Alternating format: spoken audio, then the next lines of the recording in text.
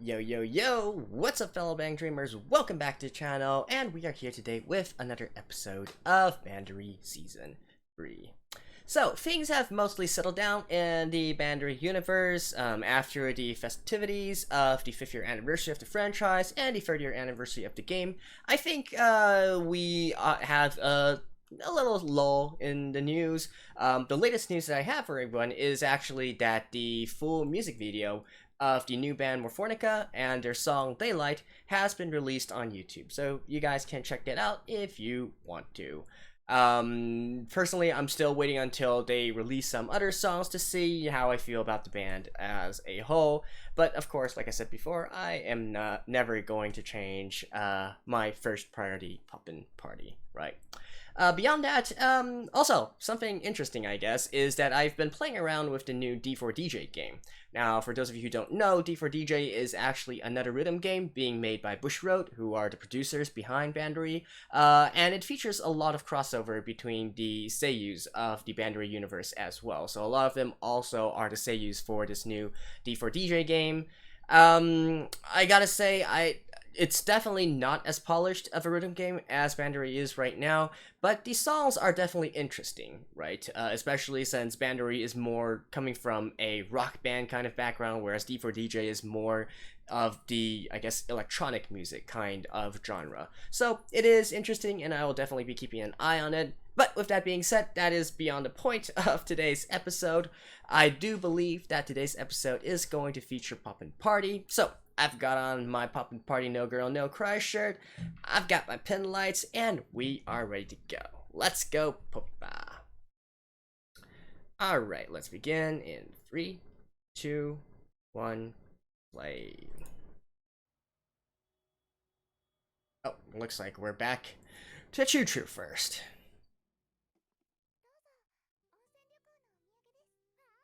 Oh.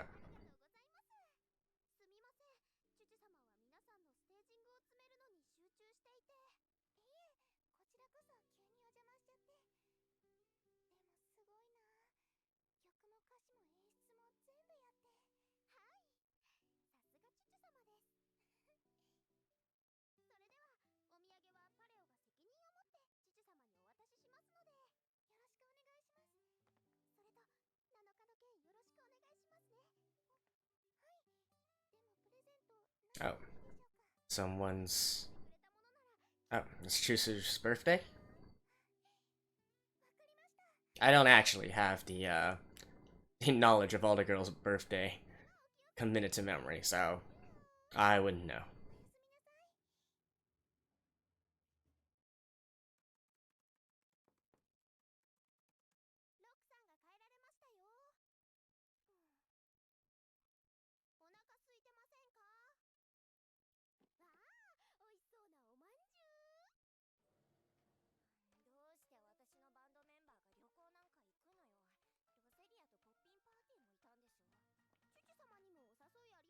Yeah.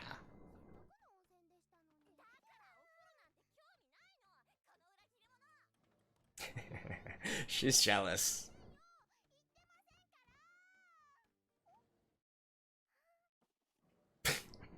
Of course. It's like, please leave some for me. Toja. Stop being a tsundere, Choo Choo. Oh. Actual translated relics this time.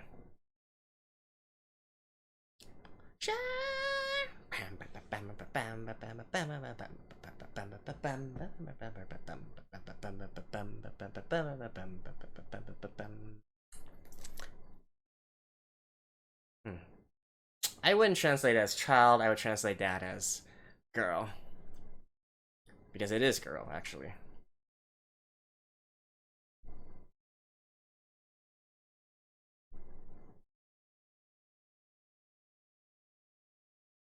Inisha Solu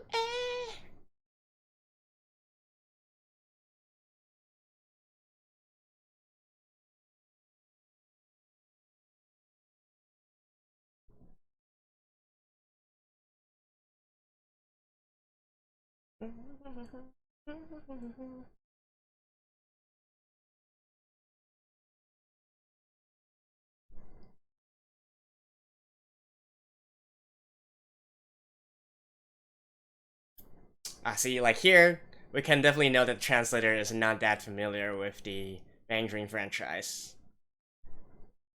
Should that ilu? Because they translated Starbeat to the what was it, Pounding of the Stars or something like that. But you gotta translate it to the beating of the stars. There. It's Starbeat, right? It's the whole background of that song.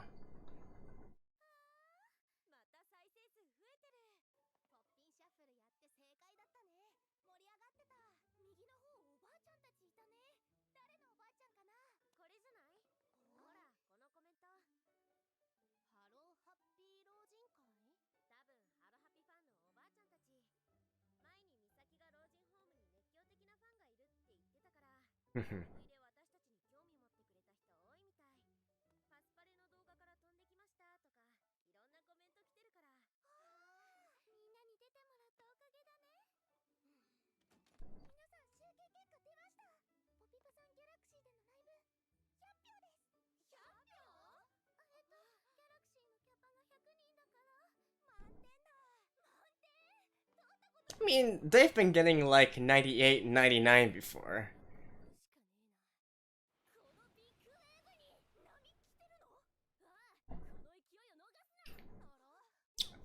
Are you guys gonna try performing at a bigger place?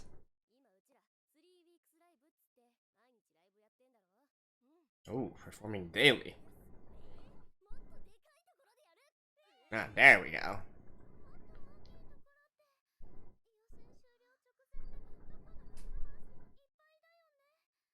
Roadshow?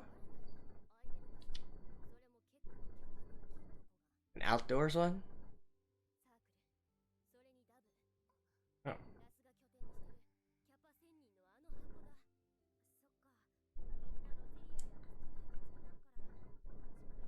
Oh. Are they actually?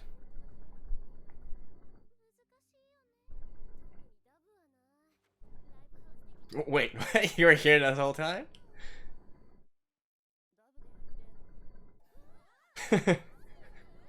Who are you in here? Well, I guess she kind of owns the place.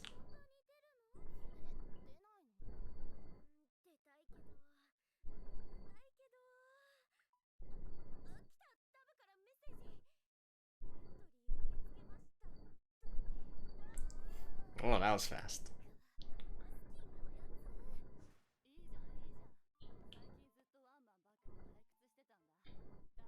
You know, I think Choo Choo must be over thrilled.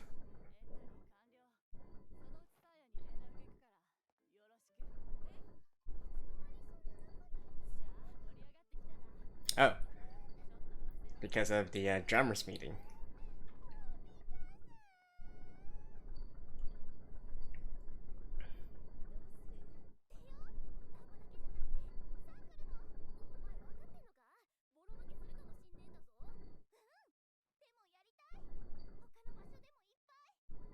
Good attitude.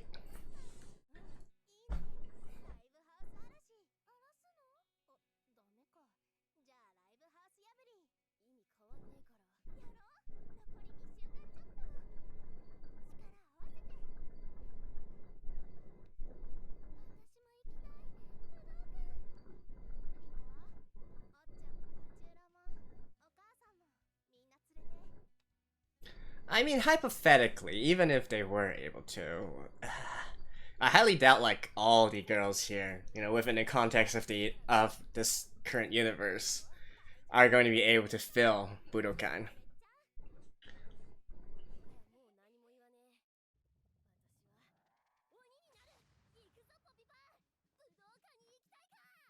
Oh, oh.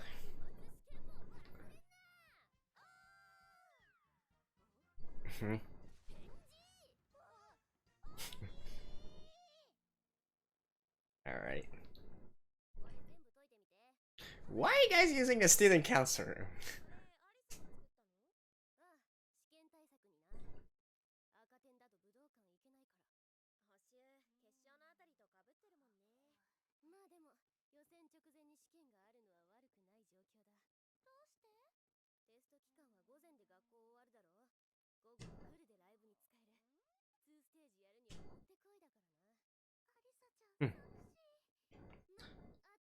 Kind of reminds me of the Double Rainbow story.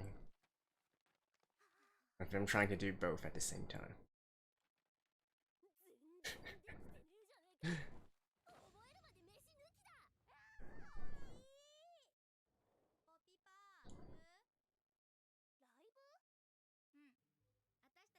Oh, they're gonna perform together with Hello Happy World first.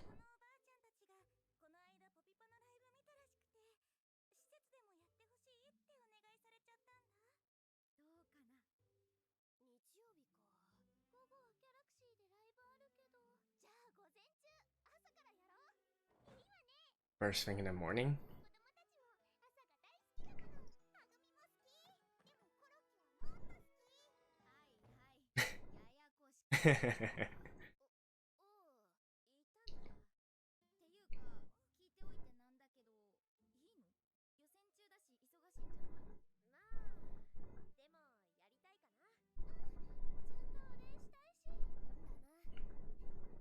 For an up-and-coming band, there's no such thing as too many... Well, okay, I probably shouldn't say that. There is a thing as too many performances, but definitely going around spreading the word is important.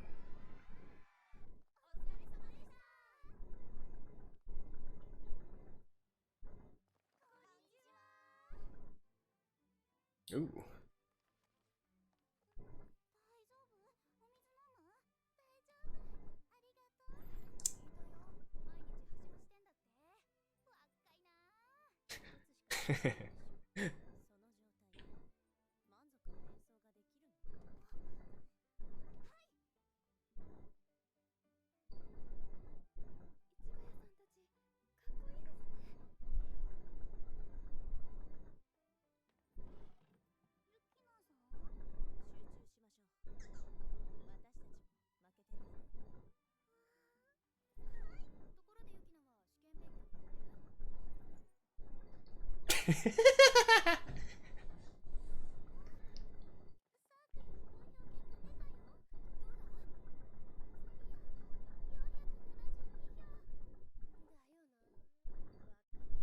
But how much did you guys get?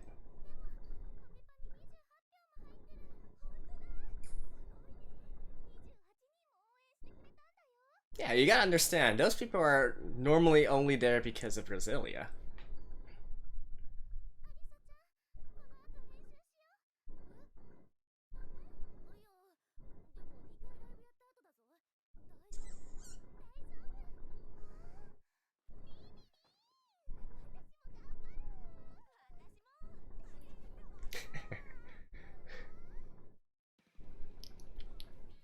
Popping.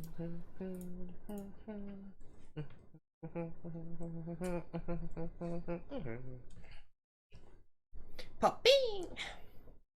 Popping.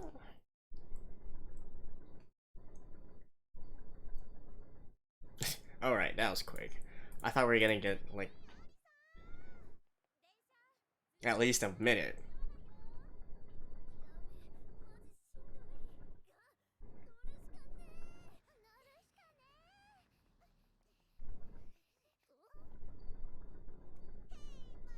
Ooh. You're back? It's glitter green.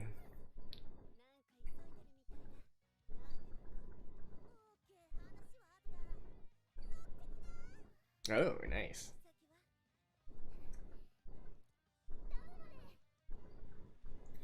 Ooh, they're actually playing at Dub. Holy crap. Like I said, Chuchu is overjoyed.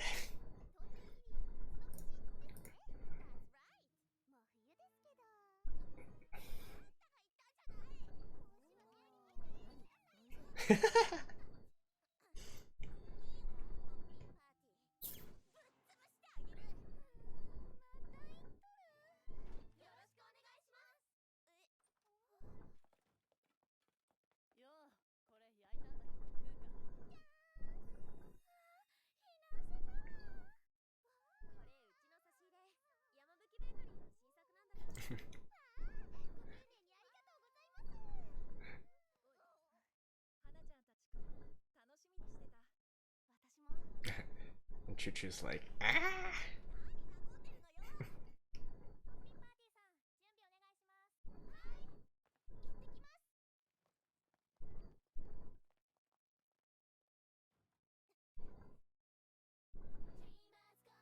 Ooh. You know, fun story. I was actually in Japan as because I normally go to Japan in winter to go snowboarding. They were actually playing this song on the mountain. So as I was snowboarding, I was like, go, go, go.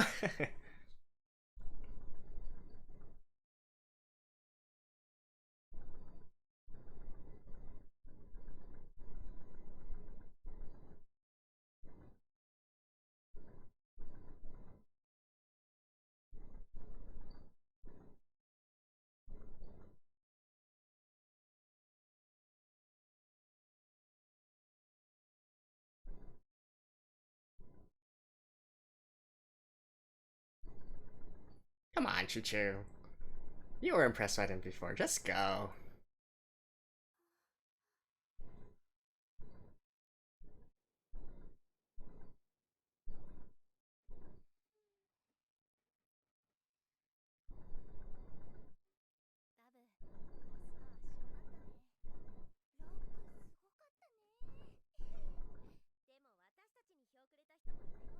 And that's all that matters.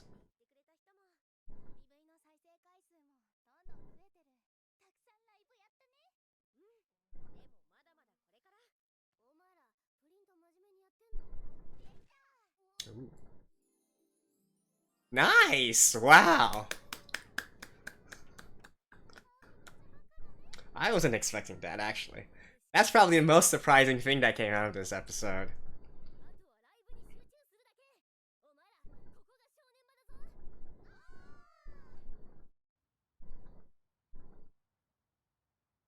Alright, more drama with Choo Choo, I guess.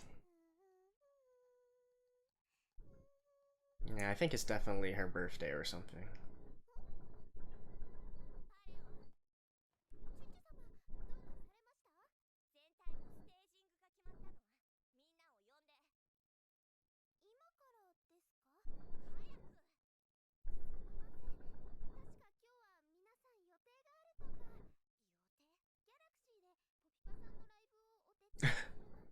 Really?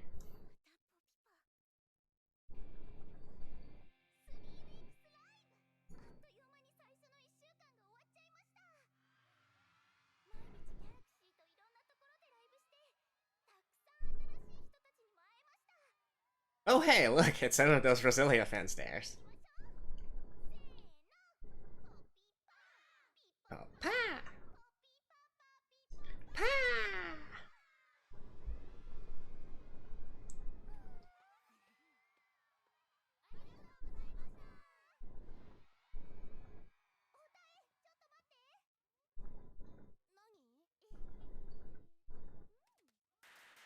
Oh, it's her birthday?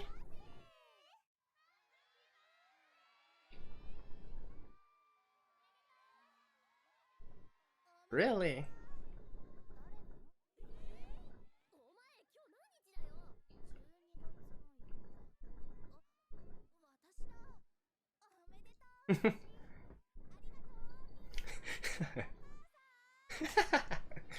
Still as tight as always.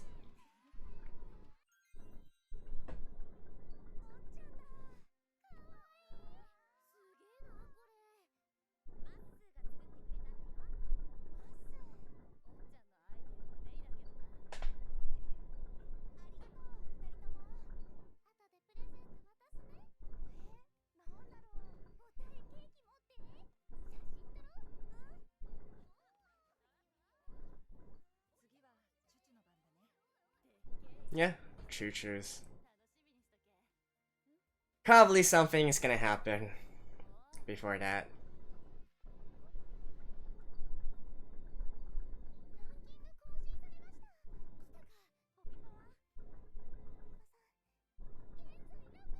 Woo!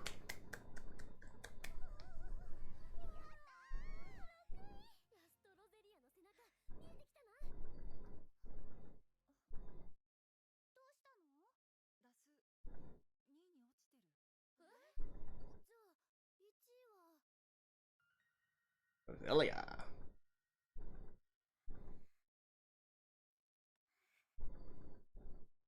You're just like, this is time for drastic measures.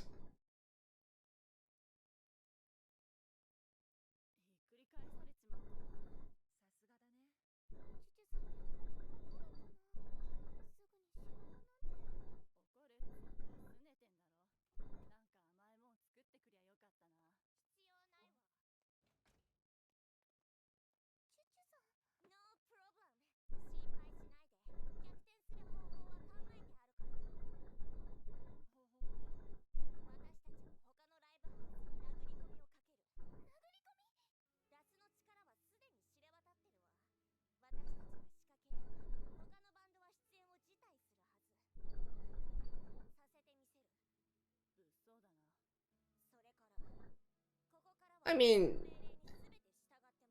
no, disregarding all the other, morals and whatnot, really the only big thing here is that they need to go to circle, basically.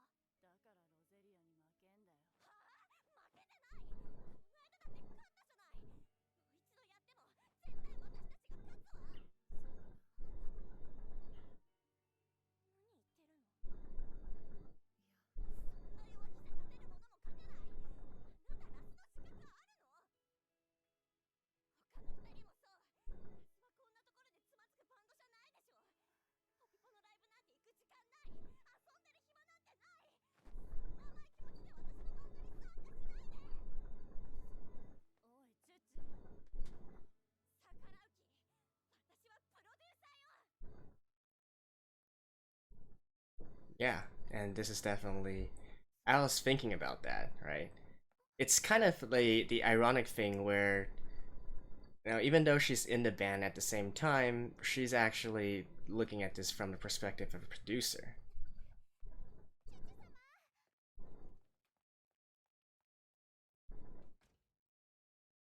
If she wasn't part of the band and she was actually just the producer, I think there wouldn't actually be this sort of role confliction here.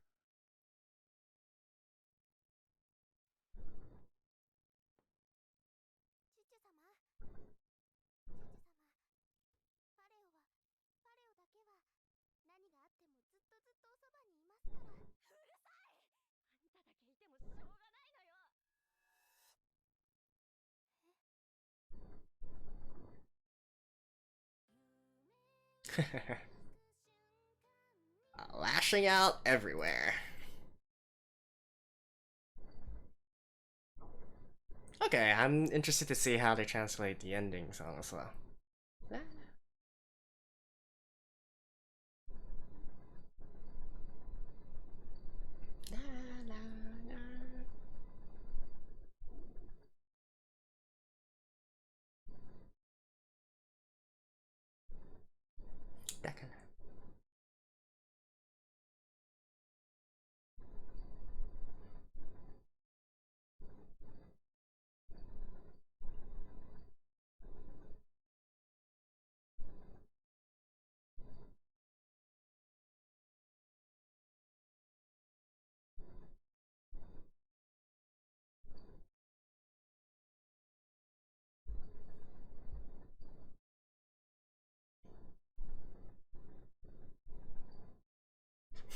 Interesting translation there.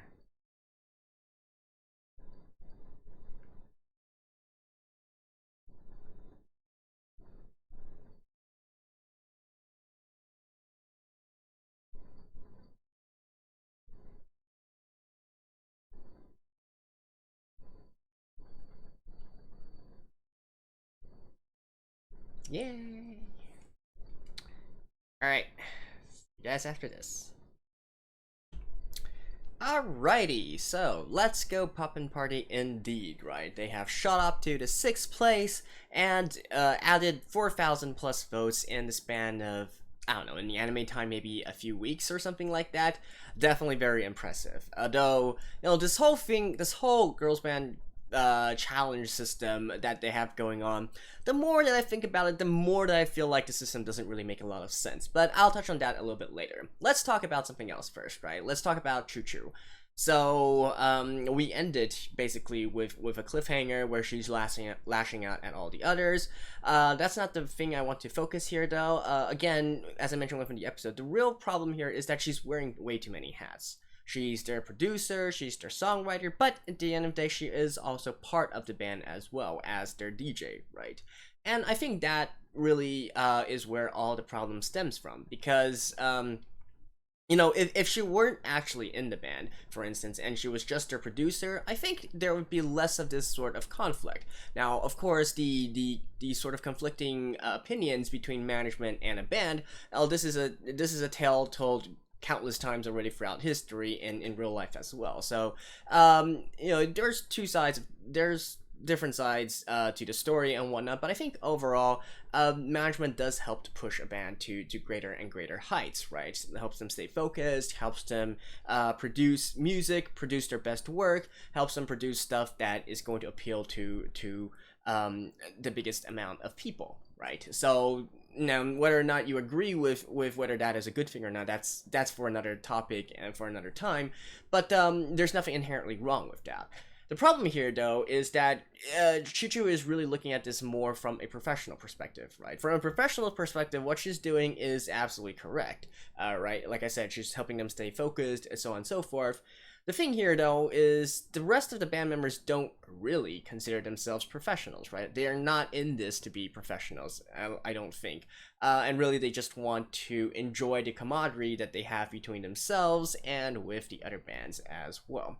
So at the end of the day, I think Choo Choo is going to have to make the decision to give up one of these hats, let's say, and really just focus more on being a bandmate. And I mean, I'm sure that's probably what's going to happen in the upcoming episodes and whatnot, and then we can put all the drama with Razor Sulan to a rest.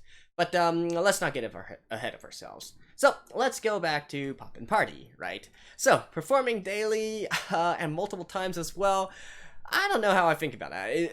Personally, I feel like that's highly unrealistic, though I guess if they only did like half an hour show or something every day, maybe that's possible. But really, I feel like there's much more efficient ways to use their time and to help them shoot up the rankings, regardless of the anime logic here, in which they did shoot up the rankings as well. And we can also see that this ties in with the concept of Poppin' Party, as well as what they did in season 2 as well. Making friends, them forming a band and then making a lot of friends within the sort of girls band scene, and then helping out each other and whatnot. And as we can clearly see in this episode, they relied on the help of their friends to get them gigs and whatnot, promote their material, promote their music, promote their lives, and that's how they are steadily climbing up, right? Slow and steady wins the race, right? There's nothing inherently wrong with that. I just feel like the whole approach to this is weird, and this goes in with what I feel about this entire girls band challenge, whatever. The whole thing doesn't really make sense if you think about it. For instance, especially the leaders right now, Roselia and Razor Sulan, they only play in one venue, right? So if you really think about it, there's absolutely no reason for Choo Choo to be angry that Roselia overtook them, right? Because the answer to this is simple. It's not a case where either your music is better or their music is better or whatnot. They simply played more than you guys did, right? The reason they have 8,500 votes is because they played 17 to 18 times to a crowds of 500 people. The reason that Razor Sulan is in number 2 with only 8,000 votes is because they only played 8 times at venues of 1,000 people. So, you know how you can regain the top spot again? Host another live. It's as easy as that, right? So it's not a case where, okay, whose music is superior or whatnot, or they're sort of slacking off. If there's anything that's slacking off, it's that you guys haven't hosted a new live in a while, and so that's why you are being overtaken here, right? And it doesn't I don't think this is a really good way to go about things, right? So I don't know. It's just really weird for me. If it was a case where they were all playing together at the same venue, for instance, let's say like one venue, let's say Dub, which apparently is the biggest live house of this universe that we see. So 1,000 people capacity, and then if they always have like 10 girl bands and whatnot, and they're all fighting, and most of them maybe they're not really set on being a fan of whichever band, and they're just simply there to sort of say, yeah, I just want to check out all the different bands, and then I'll decide my vote at the end of the day, right? It's not that kind of situation. Even Pop and Party, even though they're, the scale is of course a lot smaller, but they're also playing at a place where literally only they are playing, right? So you're basically just I don't know, the whole voting system for this doesn't really make much sense. I feel like it should not even count if you host a live and there's only your own fans there. It's not really in the spirit of this sort of versus challenge and whatnot. But I don't know. It's whatever. And even the case where within this episode where they went around and went to challenge Roselia at their turf and Razor Suilin at their turf, we didn't get the exact numbers for Razor Suilin, but in Roselia's case, right, the reason that Pop and Party got 28 votes, realistically, would be because 28 of Pop and Party fans decided to attend that live in Circle, not because 28 of Roselia's fans decided to vote for them during that day. It just normally doesn't happen, right? Once you are already at a venue and, this is sort of your turf and whatnot, and you're already a fan of a particular band and you want to support them to eventually allow them to get to Budokan, you're not going to go around and vote for other bands, right? I don't think that's anything weird. I know if it was me and I had a particular band that I was supporting, I would definitely always vote for them, right? So I'm not really sure that that entire concept makes any sense. What I was hoping that Pop and Party would actually do for this episode was go to maybe different places, even to places that aren't necessarily within this sort of live house within this Lifehouse system that they have going on for this challenge, right? For instance, them going together with Hello Happy World to another place, to sort of a neutral place to spread their music and gain fans there, and then maybe eventually invite them to go to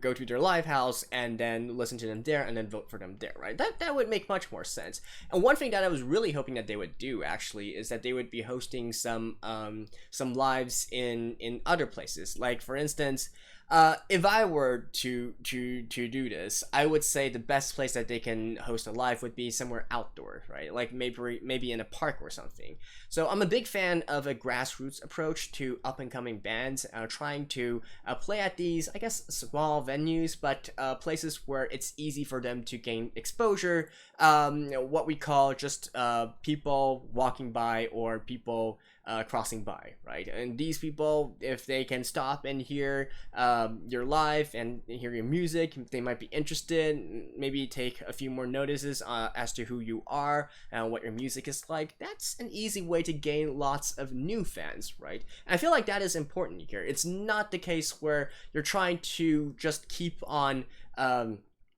utilizing your same fans over and over to get these votes, but rather to gain new fans and then play at bigger venues and then go from there. It also ups the efficiency, right?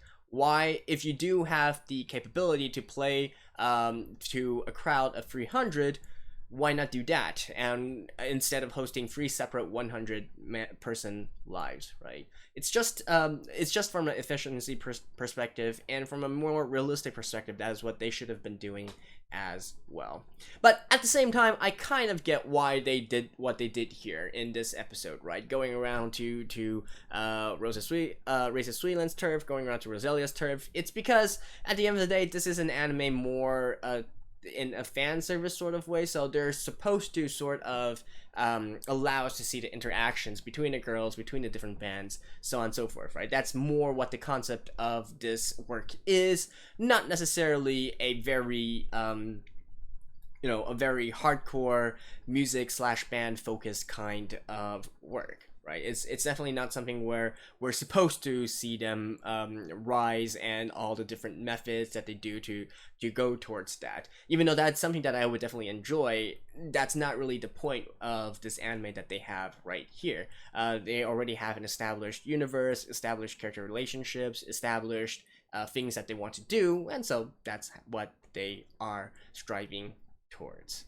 But still, I was a little bit disappointed they didn't go towards spreading the word a little bit more toward, like, for instance, last season, they had a performance that they did with Afterglow, right, and sort of a, I think, festival sort of occasion, and they made a collaborative live there for and performed for the people of the shopping district and whatnot. And so that, I feel like, is a great example of a case where it's not necessarily something, you're not going to get votes there, right? But at the same time, by performing there, you're going to expose yourself to a lot more people who might eventually become fans and support you, and eventually will vote for you by going to one of your live concerts. So that's all I want to say about this. But yeah, that's basically that. What else? Oh, we saw Glitter Green make an appearance, so if any of you guys don't know that, maybe rewatch season 1. So Glitter Green are sort of the senpais of Poppin' Party, and I guess various other bands as well. It's actually really funny if you think about it. This goes into more of the sort of real life connection of the anime. So Glitter Green is actually, the 4 members of it is actually the 4 members of Milky Homes, Tantei Music Homes, which is another sort of franchise for seiyus from the Hibiki agency, right? And they are sort of senpais to, they're senpais in real life to the voice actresses, at least 3 of the voice actresses of Poppin' Party. And so they had that kind of relationship going on, so senpais inside of anime, outside of anime as well. It's quite funny if you think about it. And indeed, initially, the reason, well, I can't say the reason, but part of the driving force of the franchise in the first place was actually trying to utilize these Glitter Green's seiyu's fame, especially from Milky Homes, which is also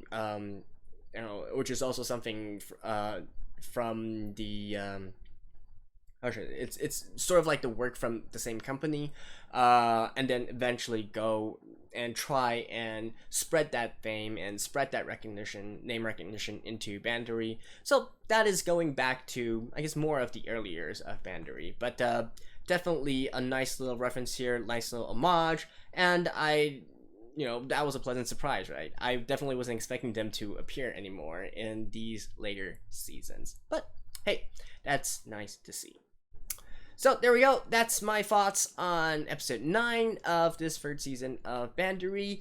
And, well, let me know your thoughts. If you have any questions or whatnot, I'll be glad to answer them. If not, I will see you guys next week. So stay tuned, stay safe in these days, and, well, see you guys next week. Bye bye.